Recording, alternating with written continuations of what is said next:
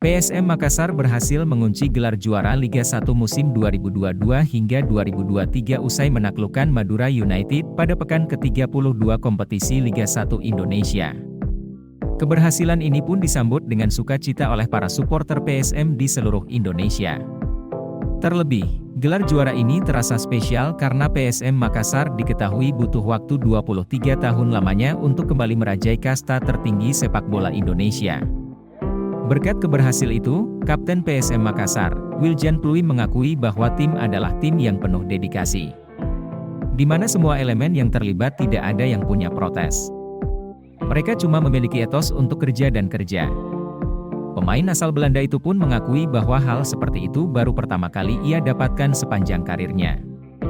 Dirinya pun tak lupa memuji semua elemen yang terlibat di kesuksesan ini, mulai dari para pemain, pelatih, official bahkan supporter.